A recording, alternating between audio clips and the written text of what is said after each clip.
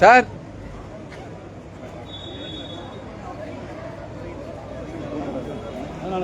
நீங்க அப்படிதான் பண்ணிருக்கணும். அவர் பண்றதா கரெக்ட். சரி டாக்டர் வந்து நடந்தே குடிக்கணும்.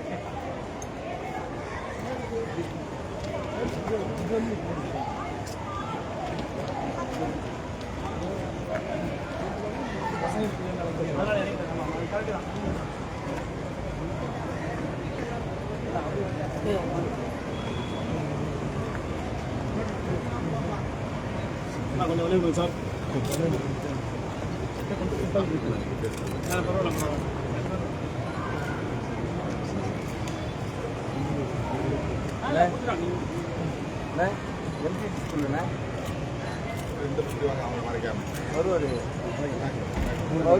முடிச்சுதான் ஒரு 2 மணி நேரம் ஆகும்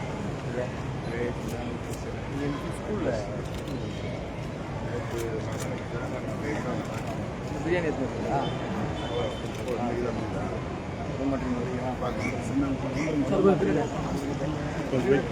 ஆமாம் ஆமாம் சரி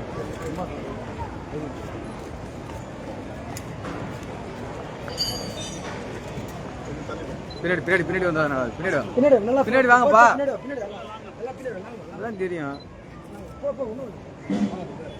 பின்னாடி வாங்க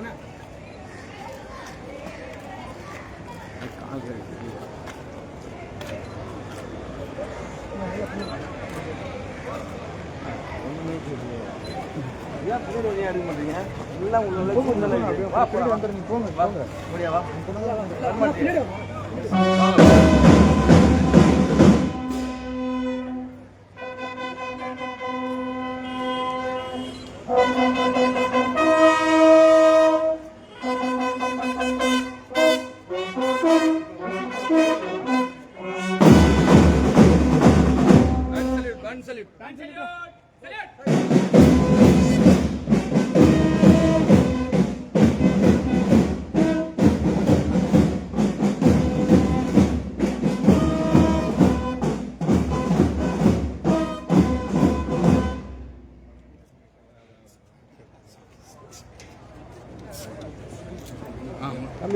மூவ் பண்ணுங்க பாஸ் கொஞ்சம் ஒளி விட்டு நம்ம போயிடும்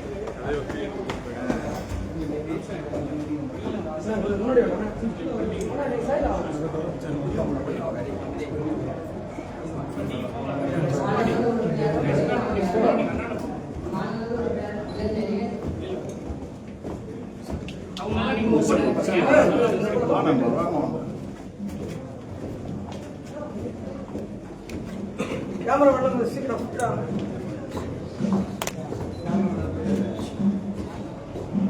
மாண்புமிகு பேரவைத் தலைவர்களே, ஈழப்பெருமைக்கான செலவை எவ்வளவு? இந்த செலவை யார் தாங்குவது? இது நாட்டின் பொருளாதார சுமையை அதிகரிக்காதா என்பதை மாண்புமிகு அமைச்சரிடம் கேட்டுக்கொள்கிறேன். மாண்புமிகு அமைச்சர்.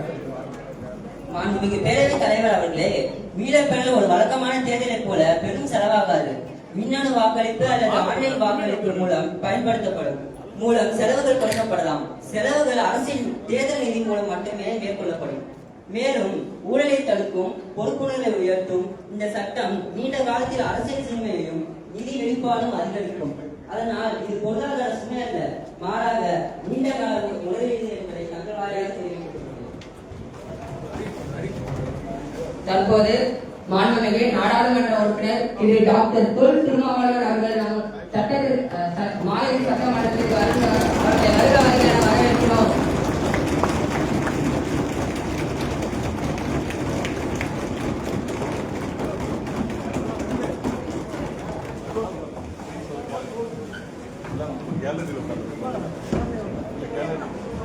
சார் மேடம் கொஞ்சம் இந்த கேலரியில் உட்காந்து இந்த கேலரி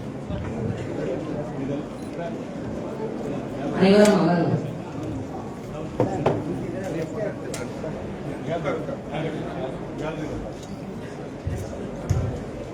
அடுத்ததாக விநாயகர் ஆர் மாண்புமிகு உறுப்பினர் இளஞ்செழியன் அவர்கள்.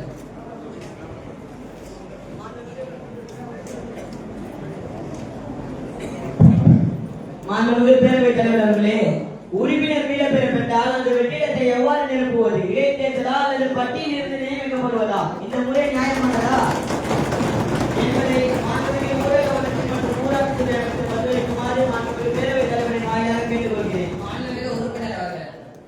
மாண்புமிகு பேரவைத் தலைவர் அவர்களே, எதிர்க்கட்சி உறுப்பினர்களிடம் கேட்ட கேள்விக்கு நாங்கள் கூற விரும்புவது என்னவென்றால், மீளப்பெற வெற்றி அடைந்தால் அந்த இடத்திற்கு இடைத்தேர்தல் நடத்தப்படும். இதுதான் ஜனநாயக ரீதியாக நியாயமான நடைமுறையாகும். பட்டியலில் நியமித்தால் மக்கள் விருப்பம் பிரதிபலிக்காது. எனவே புதிய இடைத்தேர்தல் மூலமாக மக்கள் நேரடியாக தங்களுக்கு தகுந்த பிரதிநிதியை தேர்ந்தெடுக்க முடியும் என்று தங்கள் வாயிலாக எதிர்க்கட்சி உறுப்பினருக்கு நாங்கள் தெரிவிக்கிறோம்.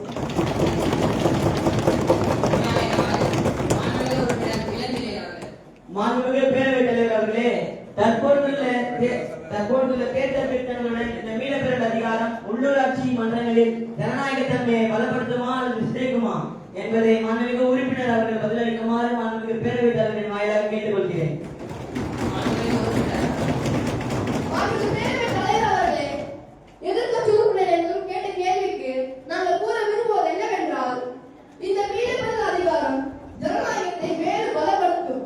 இதனால் மக்களின் கண்காணிப்பு அதிகாரம் அதிகரிக்கும். தேர்ந்தெடுக்கப்பட்ட உறுப்பினர்கள் பொறுப்புணர்வுடன் செயல்படுவார்கள். அரசியல் பொறுப்பு வெளிப்படை தன்மை உயரும். அதாவது இது பொறுப்புள்ள ஆட்சி உருவாக்கும் சட்டம், சிதைக்கும் சட்டம் அல்ல என்று தங்கள் வாயிலாக எதிர்க்கட்சி உறுப்பினர்கள் தெரிவித்துக் கொள்கிறோம்.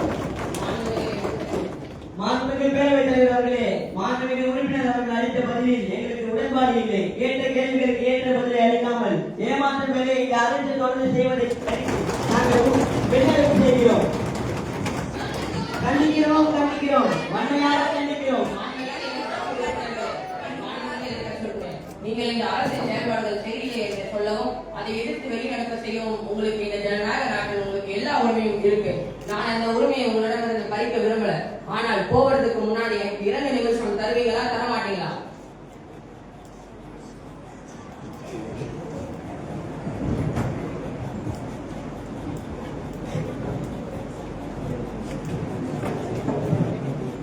நன்றி. நீங்கள் வெளியேறி சென்று மீடியாக்களை சந்திக்கலாம். மீடியாக்கள் எல்லா வகையான காரியங்களையும் சிறிதாக பேசலாம், பெருசா பேசலாம், உண்மை பேசலாம், பொய் பேசலாம். ஆனால் இது எல்லாத்துக்கும் உங்களை நம்பிக்கையுடன் தேர்ந்தெடுத்த மக்களுக்கு கணக்கு கொடுக்கணும்ன்ற மனதாதீங்க. இது ஜனநாயக நாடு. ஜனநாயக நாட்டில் மக்கள் எஜமானர்கள். அந்த எஜமானர்களால் தேர்ந்தெடுக்கப்பட்ட நம் தொகுதி மக்கள் நம்மை தேர்ந்தெடுக்கப்பட்ட அனைவருக்கும் நம்ம கணக்கு கொடுக்கணும். அதை மறந்துடாதீங்க. எதிர்ப்பு அவங்க மக்கள் எல்லாரும் உங்களை பார்த்து கொண்டிருக்கிறாங்க. நீங்க அவங்களுடைய குரல் இந்த சூழலை தாண்டி ஒழிக்கிறாரு. நம்ம இங்க எப்படி இருக்கிறோமோ அதுதான் அந்த நம்பிக்கைக்கான நம் பதில். எதிர்ப்பு ஒரு ஜனநாயகத்தின் எதிர்ப்பு பாகம்தான். ஆனால் அது அழகாக எதிர்ப்பது, ஆதாரத்துடன் எதிர்ப்பது, மரியாதையுடன் எதிர்ப்பது, அதுதான் ஒரு உண்மையான தலைவரின் அடையாளம்.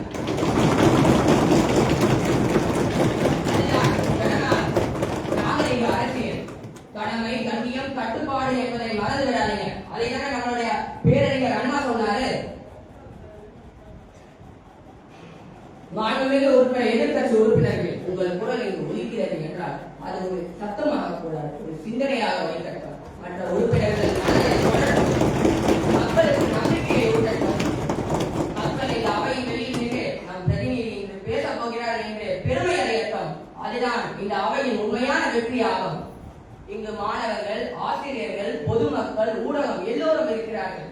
ஏன் இந்த சிறிய மாதிரி சட்டமன்றம் கூட ஒரு உண்மையான அரசியலுக்கான பாடமாக அமையட்டும். இது நம் தலைமுறையின் ஒரு பயிற்சி மட்டுமல்ல, நம் சமூகத்திற்கு ஒரு நினைவூட்டல். ஒழுங்கும் மரியாதையும் தான் நம் ஜனநாயகத்தின் முதுகெலும்பு என்பதற்கு இந்த சிறிய மாதிரி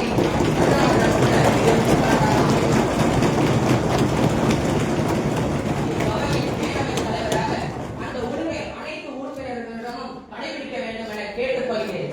என்ற ஒரு கருத்து வேறுபாடு இருந்தாலும் அது மக்களின் நலனுக்காக மக்களின் பிரச்சனைகளுக்காகவே இருக்க வேண்டும். அது சிந்தனையாக வழிவகுக்கட்டும், பகைமைக்கு அல்ல. இவ்வகையின் உண்மையான விவாதங்கள் மக்களின் நலன்கள், மக்களின் பிரச்சனைகள், மக்களின் எதிர்காலம், இவைதான் இவ்வகையின் உண்மையான விவாதங்கள். இவற்றை நிலவாக்கும் வகையில் செயல்படும் அனைத்து செயல்களும் இங்கு இடம்பெறக்கூடாது. நாம் இங்கு பேசும் ஒவ்வொரு வார்த்தைக்கும் மக்களின் எதிர்காலத்தை மாற்றும் சக்தி இருக்கு. அந்த சக்தியை நாம் பொறுப்புடன் பயன்படுத்த வேண்டும். அப்படி பொறுப்புடன் பயன்படுத்தினால் அவர்கள் சொல்வார்கள், ஆம், அந்த அவையில் நம் குரல் ஒலிக்கிறது என்று.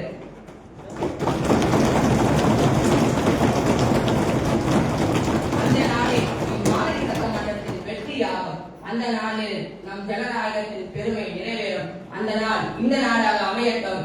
நன்றி. அனைவருக்கும் நன்றி.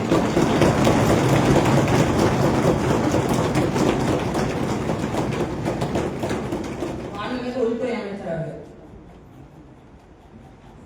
இறுதி உரையை அழைக்குமாறு அன்புடன் கேட்டுக்கொள்கிறேன். மாண்புமிகு பேரவைத் தலைவர் அவர்களே, மாண்புமிகு உறுப்பினர்களே, இன்று நாம் நிற்கும் இந்த தருணம் சாதாரண சட்டமன்ற அமர்வு அல்ல. இது மக்களின் குரல் சட்டமாக எனும் ஒரு வரலாற்று நிகழ்வு. எங்கள் தலைமுறை ஜனநாயகத்தின் உறுதியை காக்கும் பொறுப்பை வகிக்கிறது. இந்த மசோதா தமிழ்நாடு உள்ளாட்சி உறுப்பினர் மீளப்பெறல் சட்டம் மக்களின் நம்பிக்கையை மீண்டும் மக்களுக்கே ஒப்படைக்கும் ஒரு சித்தாந்த சட்டம்.